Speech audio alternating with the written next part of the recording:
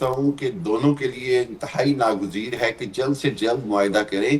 پوری دنیا کے اندر جس انداز میں ایک بہت بڑا بحران ہر روز بڑھتا جا رہا ہے، اس کے اندر کسی دونوں کے پاس گنجائش نہیں ہے کہ اس کو بہت زیادہ طوالت دے سکیں.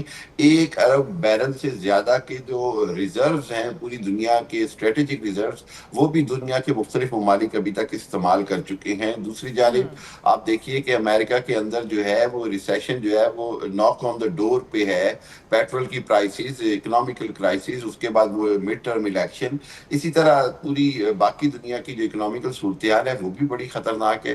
میں یہ سمجھتا ہوں کہ بات ایک ہی ہے کہ دونوں کو ون ون سچویشن سے ہٹ کر فیس سیونگ کی طرف آنا تھا، اور وہ میں سمجھتا ہوں اب آئے ہوئے ہیں. یہاں پر بہت زیادہ جو بار بار ہم بات کرتے ہیں اور وہی نظر آیا اسپوائلنگ فیکٹر اسرائیل کی.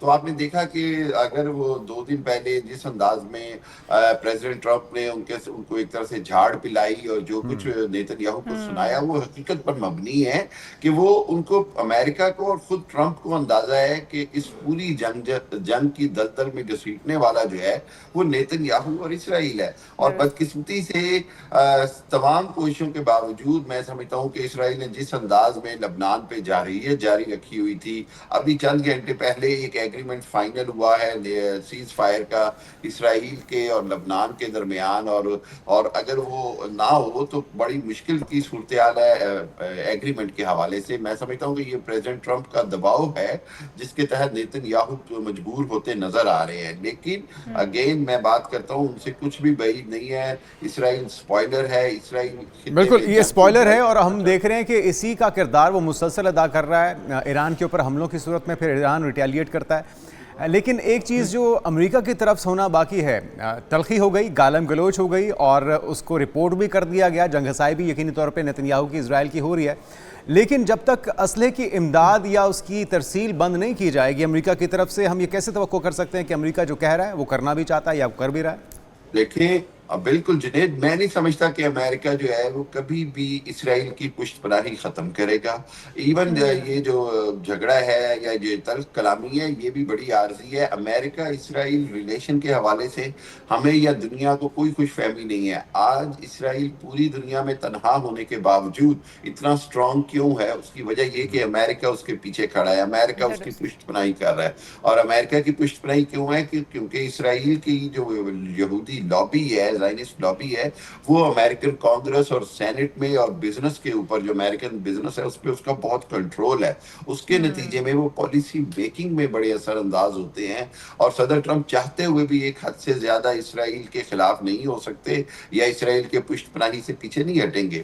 یہاں پر صرف ایک ہی بات ہے، اور وہ یہ ہے کہ پوری دنیا کا جو دباؤ ہے اسرائیل کے اوپر، امریکہ کے اوپر، پرٹیکولرلی آپ نے ہرمز کی بندش کے بعد اسی کے اوپر اب دنیا آج مجبور ہوئی ہے. اچھا، آپ نے ہرمز کی آپ نے بات کی، ڈاکٹر صاحب مارکو روبیو کی طرف سے گزشتہ روز یہ کہا گیا، جس کے بعد جب اس ہال سے نکلے ہیں تو بڑی تنقید بھی ہوئی، ان کے اوپر بھی لوگوں نے فکرے کسے کہ یہ جنگیں شروع کروانے والے اور معصوموں کے قاتل ہیں. لیکن جو بات انہوں نے کہی، آپ نے ہرمز، وہ کہتے ہیں کہ اگر اس کے اوپر بلاکیڈ ایران کی طرف سے ناکہ بندی ختم بھی کر دی جائے تب بھی ایران کے اوپر سے وہ پابندیاں نہیں ہٹانے والے. تو اس ماحول میں یا اس اسٹریٹجی کے ساتھ کہ پابندیاں بھی برقرار رہیں، ان کے اکاؤنٹ بھی فریز رہیں، اور ان کے افزودہ شدہ یورینیم کو بھی وہ کہہ رہے ہیں کہ جی ہم تلف کر دیں گے، لے کے ایٹمی ہتھیار بھی نہیں بنا سکتے، تو پھر یہ تو پھر مکمل طور پہ دیوار سے لگانے والی بات ہو جائے گی. تو اس کنڈیشنز میں ایران کیوں کر معاہدہ کرے گا؟ بالکل آپ نے ٹھیک کہا جنید. دیکھیے امریکن سینٹ کے اندر جب کمیٹی کے سامنے سوالوں کے جواب دیتے ہیں تو یہ کچھ بھی کہہ سکتے ہیں، لیکن حقیقت یہ ہے کہ آپ نے ہرمز کھلنے کی سب سے بڑی جو شرط ہے وہ امریکہ جنگ کو فیس کر کے دنیا کو یہ نظر آیا ہے کہ اس میں امریکہ کو شکست ہوئی ہے. سو جو وہ بات ہم کرتے ہیں نا کہ ڈکٹیٹنگ ٹرمز، تو ڈکٹیٹنگ ٹرمز جو ہیں وہ اب ایران کی ہی ہوں گی. آپ نے دیکھا ہوگا کہ اسی سینٹ میں انہوں نے، جو دوسرے سینیٹر ہیں، انہوں نے کہا جی کہ آپ ایران سے جنگ بندی کی بھیک مانگ رہے ہیں. تو یہ جو لفظ ہیں یہ اس حقیقت کو بیان کرتے ہیں کہ ایران جو ہے وہ کسی بھی حالت میں کمپرومائز نہیں کرے گا، اور ایران اصولی موقف پہ کھڑا ہے. اور میں نہیں سمجھتا کہ موجودہ صورتحال کے اندر امریکہ کے پاس کوئی بہت زیادہ لیوریج ہے، بہت زیادہ مارجن ہے کہ وہ بڑے کوئی اپنی بات منوا سکے. یہاں پر بنیادی بات یہ ہے کہ دونوں کو فیس سیونگ کرنی ہوگی، اور آپ نے ہرمز کا کھولنا جو ہے وہ اس بات